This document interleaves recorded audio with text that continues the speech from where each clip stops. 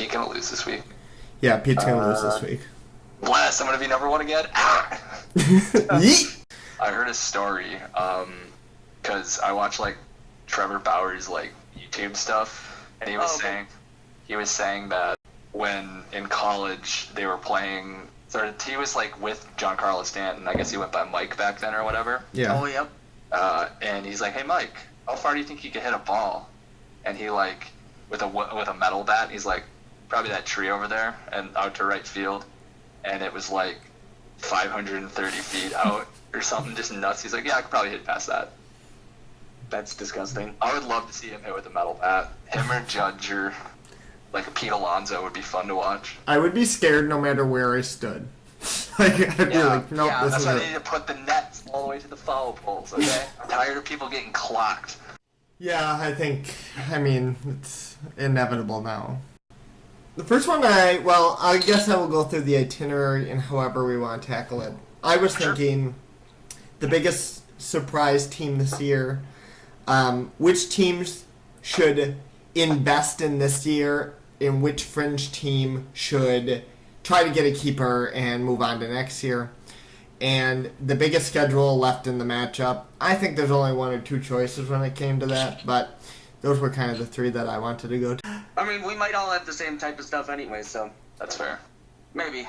We'll see. Yeah, we might. Spencer, start with biggest surprise. I kind of two, because one, Carlos's crew is going to be, 7 straight wins now? Mm-hmm. I mean, it's a good team, but, he started off, 1-3? Mm-hmm. 2-3, something like that, and I think that's pretty impressive that he made some moves, I think he got DeGrom from Brizzo Boys, and he picked up David Fletcher, who I dropped because I didn't think he was going to keep up his average and everything in that Angels lineup. So, I mean, he's made just a couple good moves, and then kind of got lucky with Dansby Swanson and Byron Buxton being good this year. Yeah, Dansby Swanson. I mean, that guy. Talk about a yo-yo. I think it's only because he plays in the NL East. He reminds me of Dan Ugla. I don't know why. I can't go past those two compared Dan to him. Ugla. I don't even remember. But I don't know if you could call Carlos' crew a surprise team when they're fourth from the bottom in scoring and they're third in the league in strikeouts. Are they a surprise team or are they lucky? Winning 7 straights, no fluke. That's kind true. of a surprise to see that.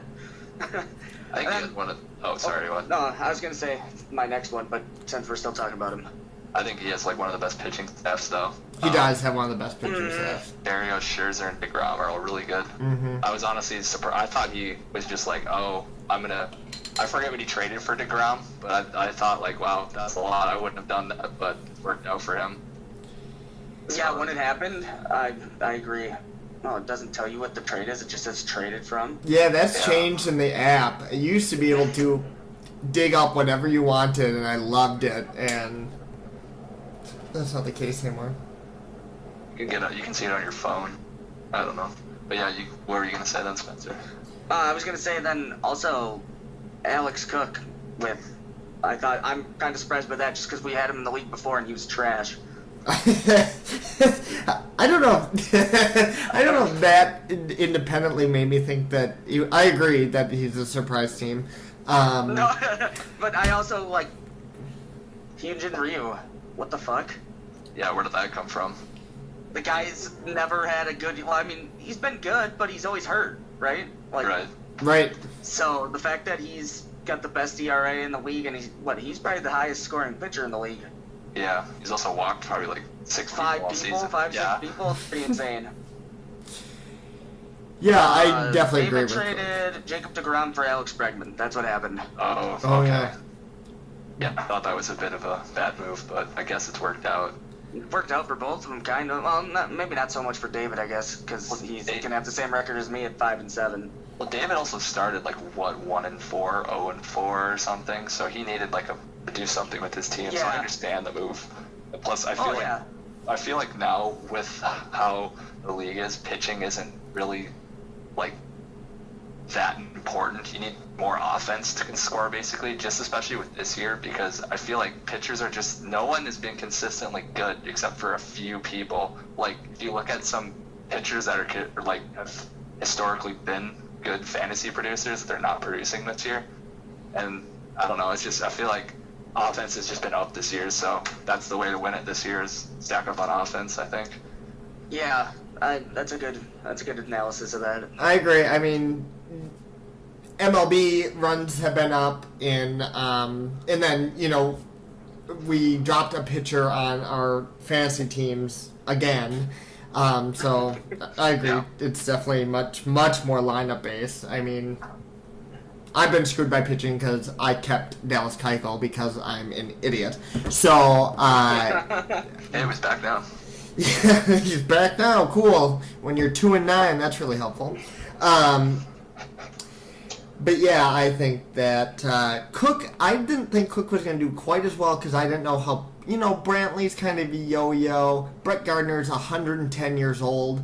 I don't know who Jeff McNeil is at all. McNeil? Yeah. So. Oh, Jeff McNeil, yeah. That guy's good.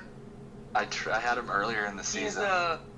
He's a good version of Hernan Perez or whatever. Oh, okay. He's like a 28, 27. He's like an old rookie that just started this year, and he hits for like a ton of average. Like, he's hitting 340 right now. Yeah. Like, he was hurt for a little bit, but the dude he smacks everything he sees. And plays everywhere. Yeah, so he's always in the lineup. So, he's always like, getting hits. There's that, and then if Alex has an injury, he can just be like, oh, I'll just move him to third base, or I'll put him in the outfield, just because, why not? Yeah, he's so versatile. Yeah. I'll do my surprises. I didn't have a whole lot.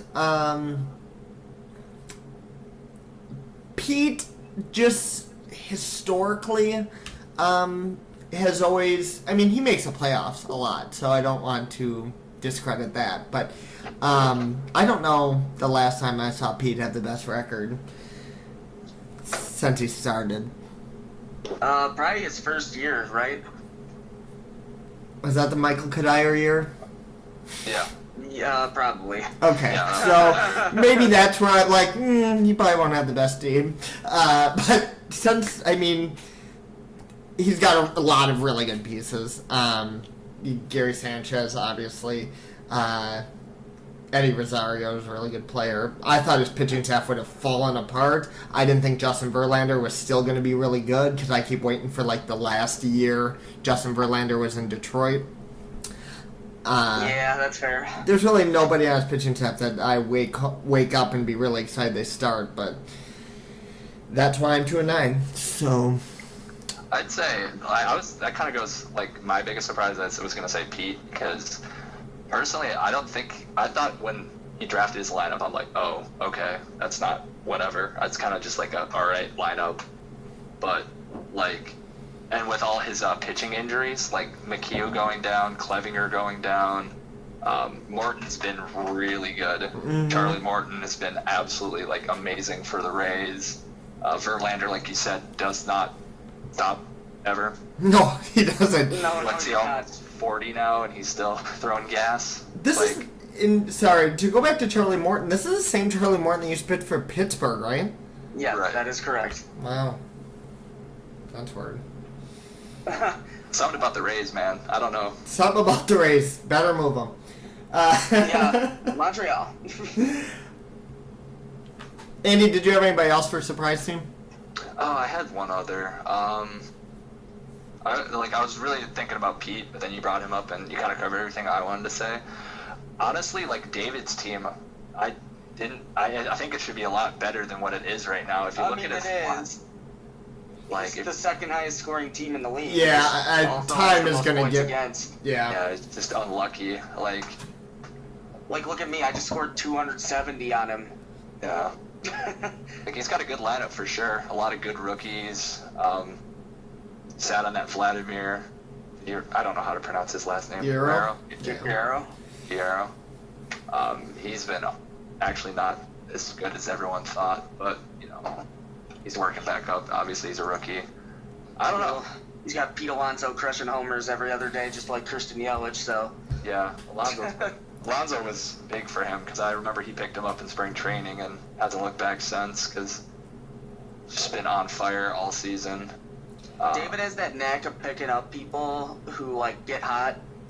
Yeah. Like before, like Andy and I talk about it all the time. Like we were talking about Giolito earlier. Yeah. And Oh, David and I that both were guy. like, oh, let's do like one more start, Mhm. and then all of a sudden David had him. Yeah, like legitimately, he started against right when he started getting hot last month. I looked at him right before he's about to start against Houston, and I'm like, all right, well, Houston's really, really hot right now. Like he's gonna get lit up, and he's gonna drop back to normal Giolito, and then he shuts him out for 8 innings or 7 innings or whatever, and I go on, I see that. Yeah, he went complete game.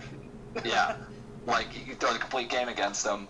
I see that on Twitter, and I'm like, oh, I gotta pick him up quick before somebody else does. I go on, and like midway through the game, David already got him. I was just like, oh, I knew I should have jumped. I'm always like slow at pulling the trigger on stuff like that, and it's worked out real well for David. I mean, like his pitching staff's very good. Bauer's been a little bit disappointment this year, but he's starting to come back around. Flaherty's been a disappointment generally, right?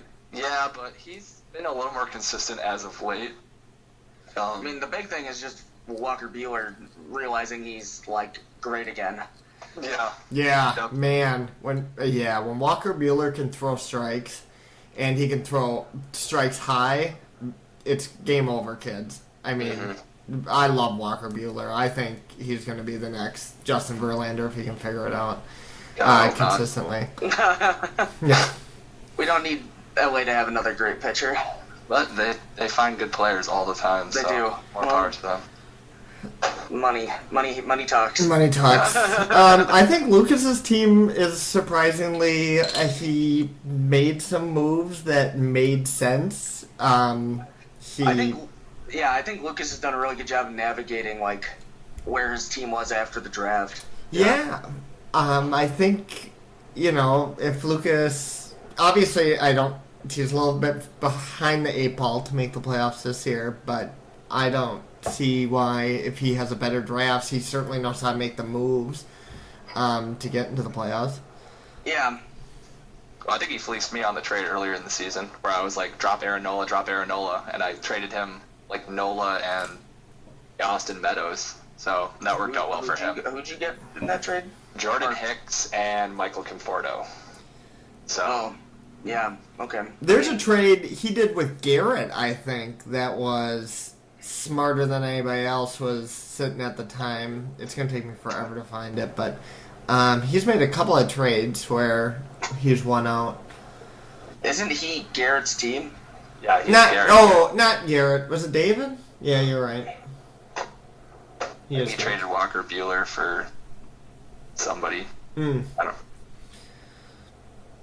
don't Machado? Yeah, he traded for Machado. Oh, yeah, it was the Machado trade.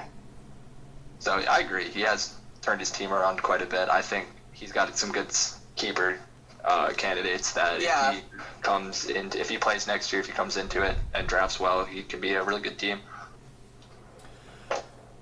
Yeah, I would agree with that. Mm-hmm.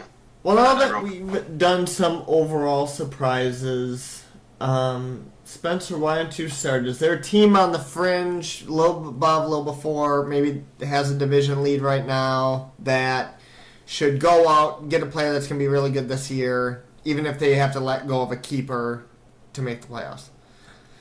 Yeah, I'll give you 2. We got Alex Swenson. I mean, he's 7-4, but he's just like sitting on the edge of the playoffs along with a couple other people. Right. And then also David. Like, I think David has the ability to like turn one of his stud youngsters into a couple good people for him. I share David, so hit up Alex because I'll bounce off of your David. Let me pull up Alex's roster quick. He's got James McCann as his catcher, and I mean he's literally getting like nothing out of that.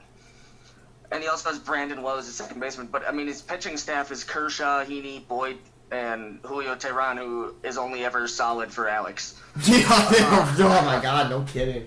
And then he also has Kyle Hendricks on the IL. So he's got a couple people, and he also has Corey Seager, as Andy knows, who's always on the IL.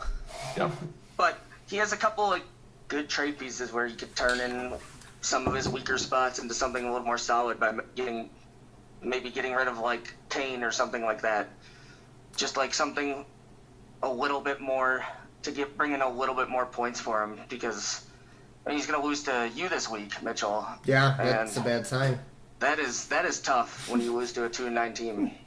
And I haven't looked at Alex's team a lot, but I mean, there are some big holes. I mean, there are some really big underperformers on his team. Yeah. You mentioned several of them, but so do you say, okay, I'm going to get rid of Lorenzo Cain and get one piece, or do I let go of Mookie Betts and try to fill 2 or 3 spots?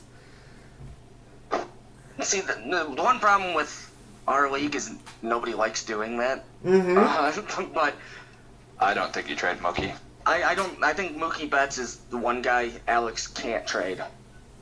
I think the person he should try to trade would be Boyd or Corey Seager I don't know what his injury is, but you try to trade Seager, who's supposed to be good. Maybe you get someone who wants to try to keep him, because whenever he plays, he's great. It's just he's got to play. A matter of when he plays. Yeah.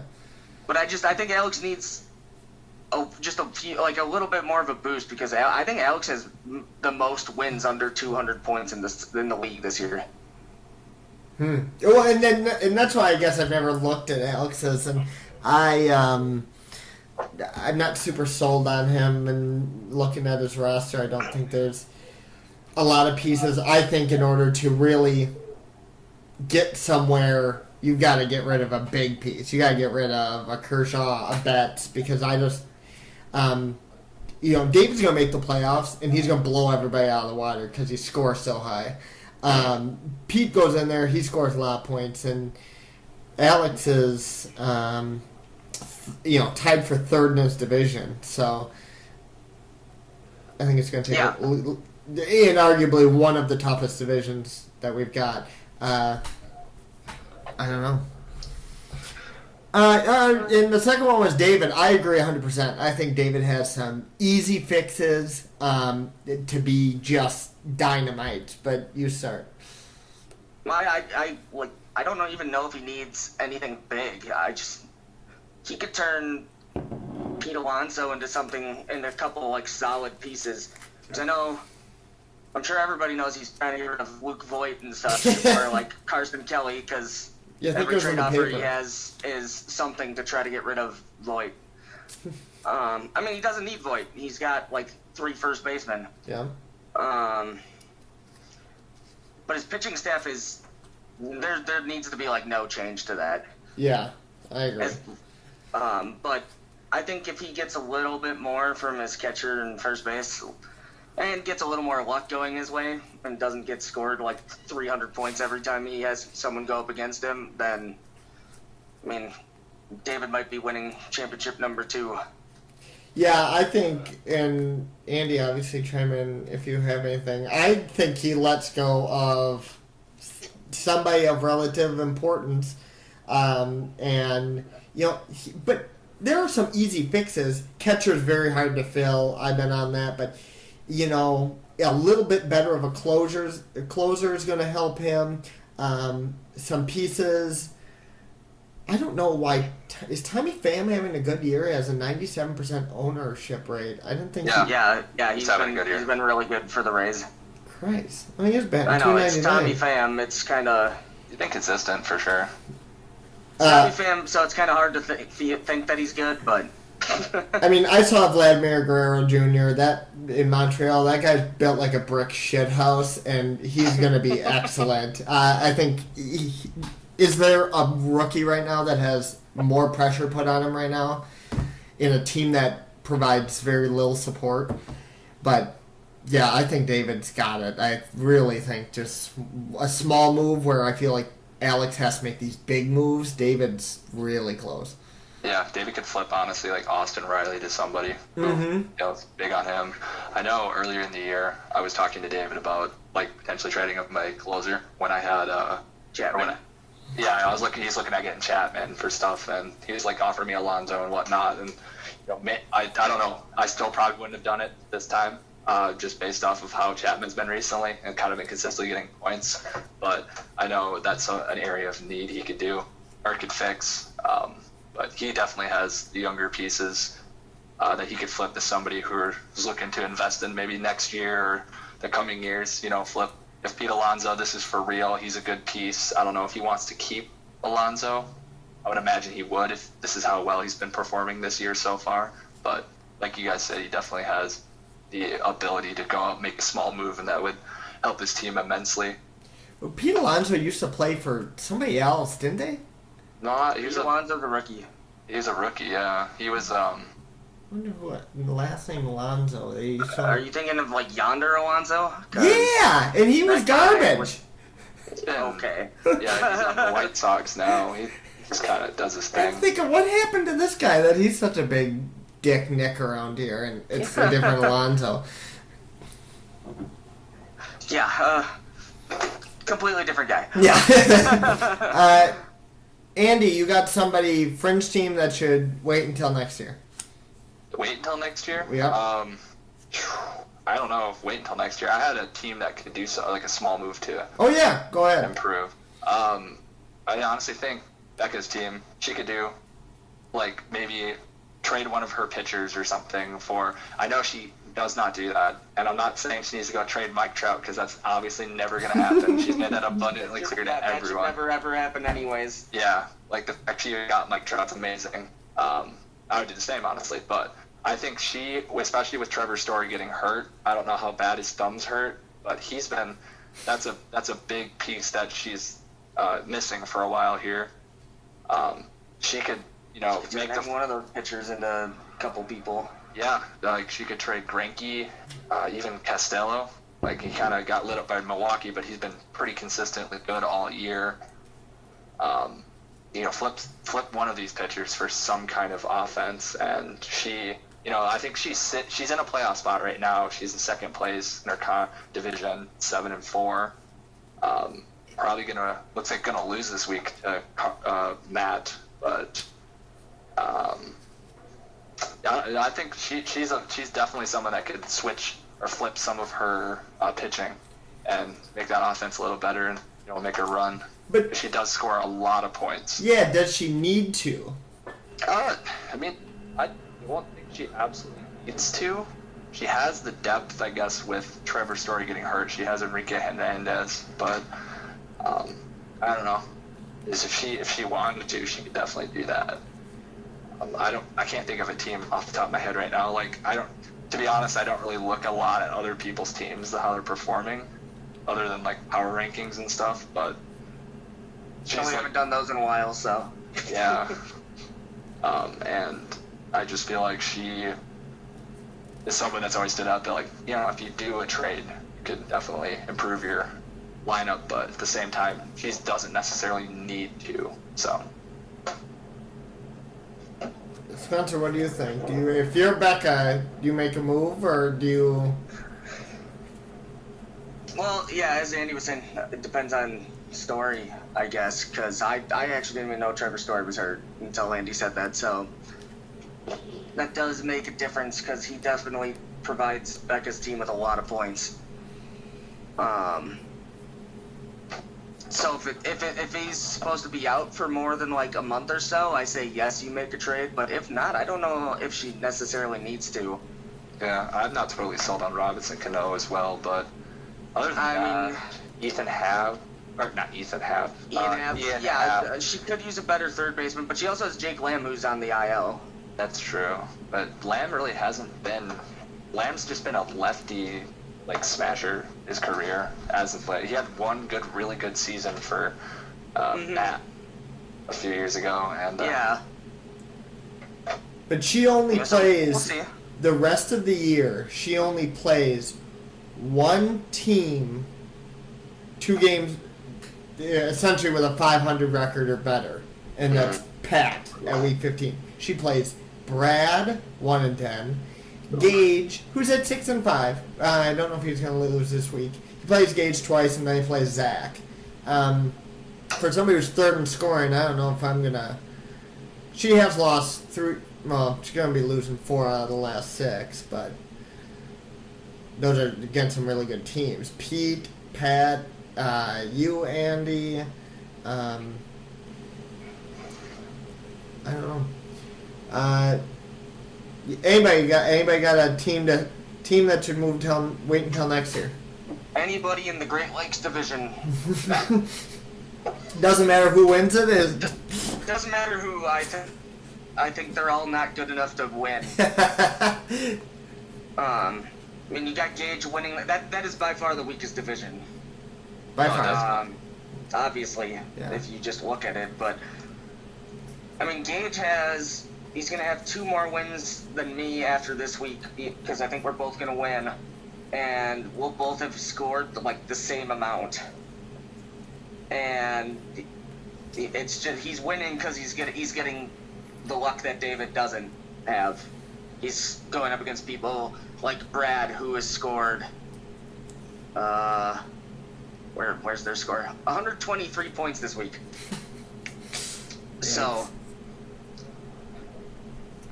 Yikes. you just need to show up to win that week. So, I agree. I had Zach and Gage, and those are the two above. So yeah, I think anybody in that division is kind of just try to get yourself a keeper or something because you're not gonna make a run. I think there's more of an argument for Gage. Gage has never made the playoffs. I'm not even confident he's finished the season above 500. So I don't know. What are you fighting for? I guess. Zach, there's really no reason to. As Zach has some pieces that he can turn around and have a good year. Zach knows how to draft, but I agree for the most part. Yeah. So I don't really have anything else to add about Yeah. that. That's just kind of. Andy, anybody other than 25% of the league? I'm going to say this. Spencer, if you don't win a bunch in the next couple of weeks here, like you're obviously winning this week, but Yep. if, the next 2 weeks, if you get to the point where if you lose those matchups, I think you might be a pretty good candidate to sell. I would agree with that. You're 4-7 right now. You're going to be 5-7, and that's still within striking distance of the playoffs. Do they make it in based off of record, right? It's not. Yeah, it'll be the next. It's the 4 division winners and then the next 4 best records. Okay, so let me see. I don't know. I'm not looking at your schedule or anything, but It's very easy. yeah, I play one team over 500 the rest of the way. right. And I think if you put yourself you're the 11th best team right now as of this week. I think if you can get up into that playoff picture in the next couple of weeks here, you definitely don't sell.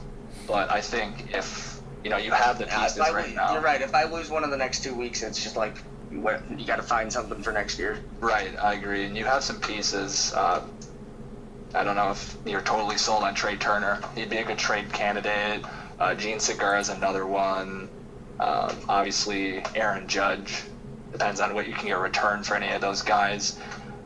Your pitching, I mean, Bieber's been really good. Got Bieber fever. Bieber fever. Bieber fever. Yikes. He's been good. I don't know if he's keeper material per se, but I don't know if any of my pitchers are keeper material. That's fair. I mean, pitchers are hard to Fickle. judge. Yeah, very fickle. Their relievers are Blake even Snell. worse. Yeah, like. I mean, not that he's been bad. We'll talk about that in a bit. But no, yeah, like I think you're in that position where if you don't win if you don't win the next 2, you probably will be looking at that kind of scenario. So Yeah, I would agree with that. Well, then, Andy kind of identified. I mean, you, Spencer, play Matthew Keller next week, so. That is not true. I That's- play you. Oh, I'm sorry. I'm a week down. I'm 2 weeks down. I'm 3 Yeah, weeks you out. you are 3 matchups ahead. Oh, well, you're going to lose next week, so I guess, in other words, okay. Spencer's selling. Not nice. Did anybody, I'm going to start with biggest matchups if nobody has anything else. No, go for it. Yeah, go for it. To me, there are 2 clear-cut big matchups. Both are in matchup 15. I think that Pete and Andy is going to be the creme de la creme in my book. Not just because they're both division winners. Yeah, I think it's a little bit bigger than that. This could easily be a forecast for the Founders Cup, but I think the one that's actually bigger than that is going to be David and Alex Cook. I think Alex Cook decides if David gets into the playoffs or not.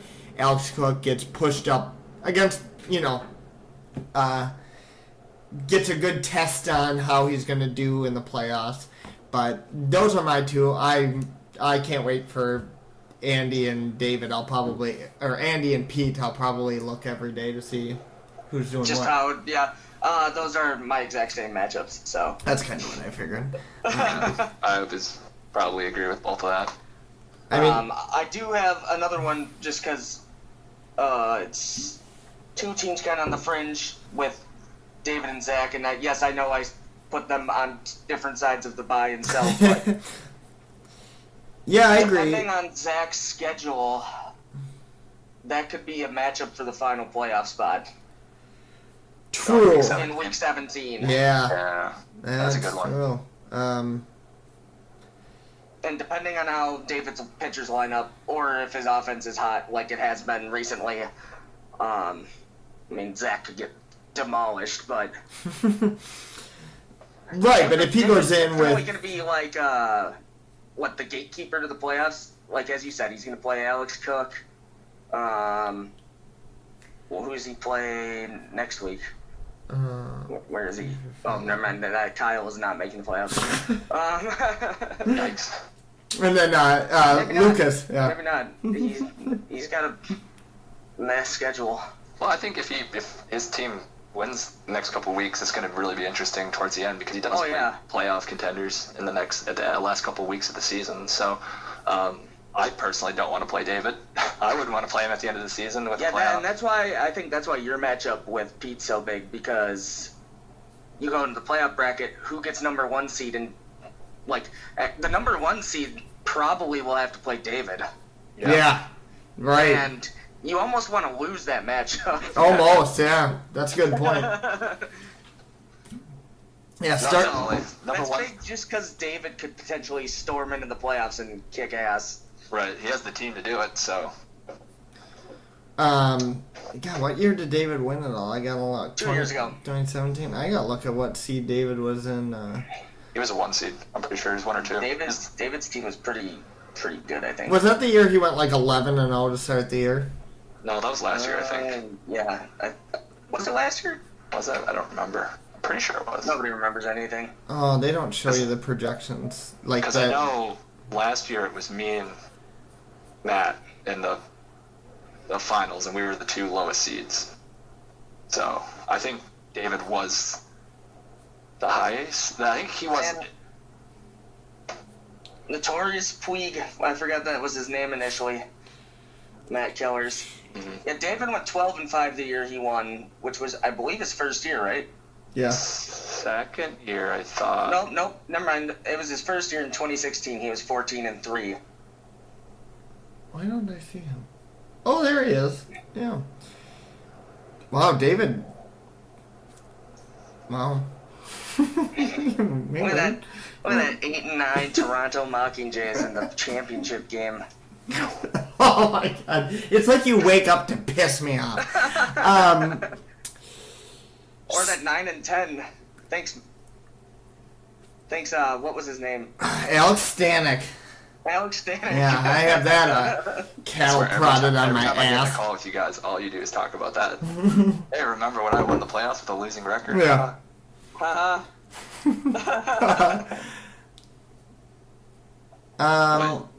You know, it's really fun to make fun of Mitchell. But yes, Mitchell's right. I'm pretty sure we had a conversation earlier this year. If I don't win, I haven't won in like 5 years, and I'm basically just 100% irrelevant.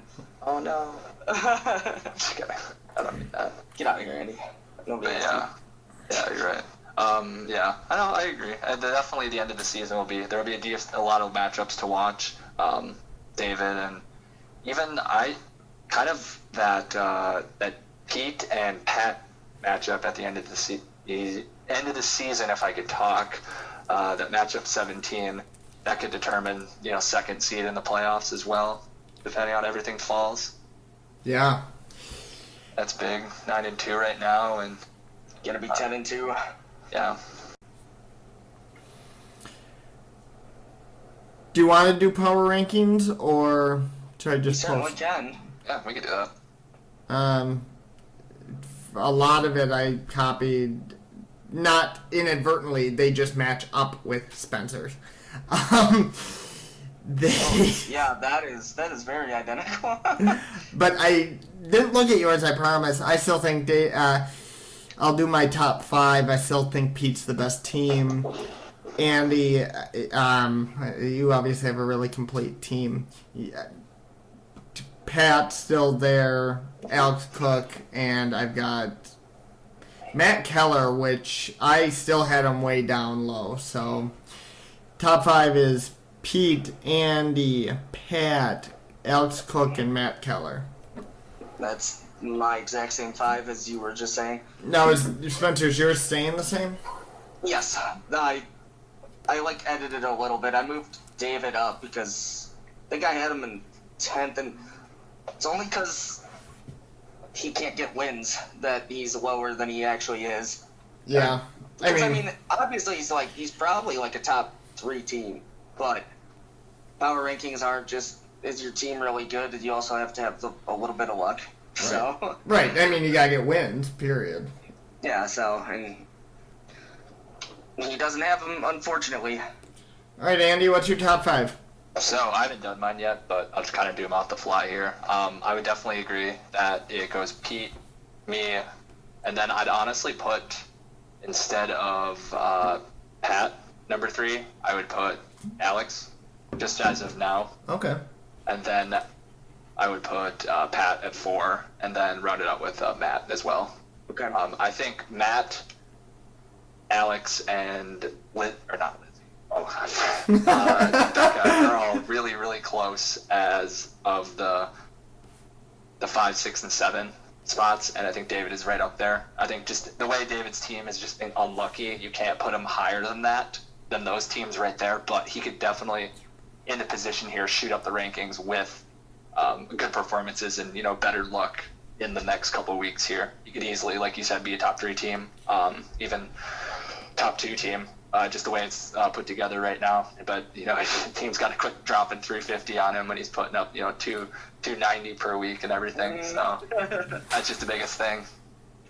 Yeah, exactly. Because it's like his team will be consistently good, and then Danny Espinosa will hit 7 home runs in a week or something, and carry that team. This is an example that didn't happen this year. I don't even think he's playing in the league anymore, but that's just kind of you'll have a no-name person go off. No bueno.